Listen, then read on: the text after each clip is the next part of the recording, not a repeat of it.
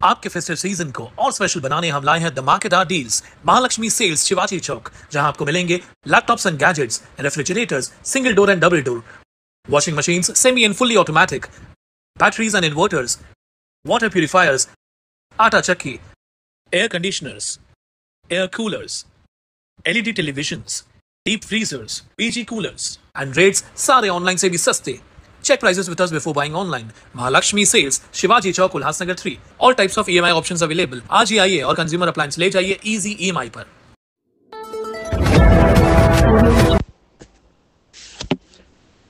Ulhasnagar camp number 5 के कैलाश नगर क्षेत्र के नागरिक आज भी बुनियादी सुविधाओं से वंचित हैं। महापालिका की नाकामी के चलते यहाँ के लोगों को कई गंभीर समस्याओं का सामना करना पड़ रहा है। इन्हीं समस्याओं की ओर प्रशासन का ध्यान आकर्षित करने के लिए राधा कृष्ण साठे ने अनोखा आंदोलन किया और अपने ही शरीर पर चाबुक से प्रहार किए। कैलाश नगर को पिछड़ा इलाका माना जाता है। यहाँ के सार्वजनिक शौचालयों की स्थिति इतनी दयनीय है कि महिलाओं को मजबूरन मुंह पर रुमाल बांधकर जाना पड़ता है। शौचालयों में दरवाजे तक नहीं है।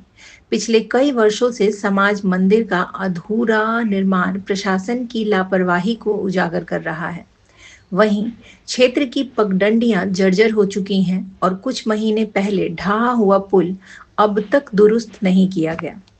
इन समस्याओं को लेकर राधा कृष्ण साठे और नवीन साठे लगातार महापालिका के दरवाजे खटखटा रहे हैं, लेकिन अधिकारियों की उदासीनता से आक्रोशित होकर आज राधा कृष्ण साठे ने पोतराज की भूमिका निभाते हुए अपने ही शरीर पर चाबुक बरसाकर अनोखे अंदाज में विरोध प्रदर्शन किया। काय म्हणलंय उपरोक्त विषयान्वये वरिष्ठ पोलीस निरीक्षक यांच्या संदर्भी पत्रान्वये पहिल्या तर पोलीस अधिकाऱ्यांसाठी टाळ्या वाजवा, कारण आपला आवाज बुलंद करणारे ही यंत्रणा आहे। आता ही यंत्रणा जरी सक्षम असली, नगरपालिका अकार्यक्षम कशी ते सांगतोय। बघा, नेहमी लोकांच्या नागरिकांच्या या 17 नंबरमध्ये समस्या सुटत नाही। त्या गांग्याचं म्हणणं आहे की विकास झाला आहे। असा कोणता मूर्ख असेल की विकास झाल्यावर तो भकास अवस्था दाखवेन आपली? कोणी असं भाव झालेलं नाही। झोपडपट्टी तोडायला लागला होता त्याचं नाव गंग्या।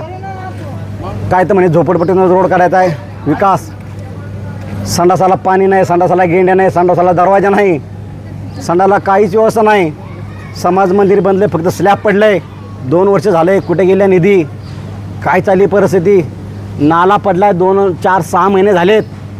त्याच्यातून एक महिला वाहून गेली, त्याचा बनायचा पत्ता नाही। तिथं अण्णाभाऊ साठे स्मारकाच्या तिथे अशा भिंती कोसळल्या, ते बनायच्यात व्यवस्था नाही। दत्त निवासमध्ये भयान अवस्था आहे। असं बॅरेक नंबर 47मध्ये अनेक भयान अवस्था आहे।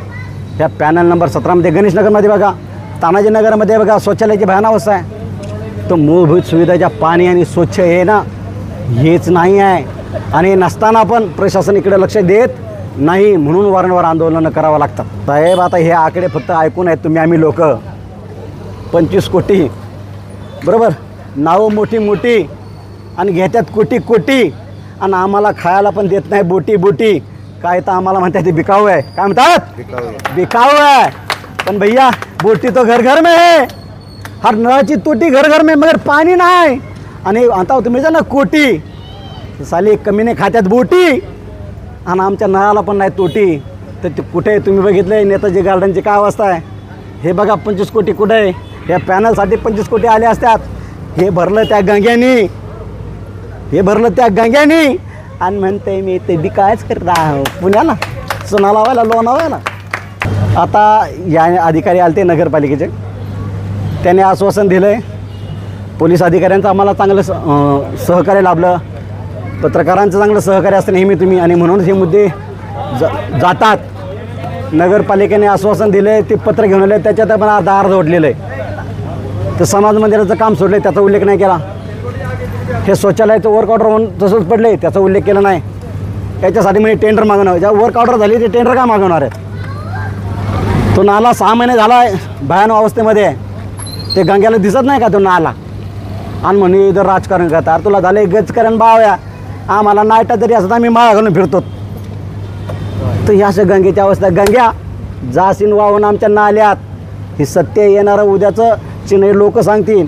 मी म्हणतो काय पण नाही, पण हे लोक सांग काय लोकांनो बरोबर आहे. काय बरोबर आहे. पाणी नाही आम्हाला मीन अरे मग आता काय निर्णय व्यवस्थित घेताल का नाही. निर्णय चांगला घेताल का नाही.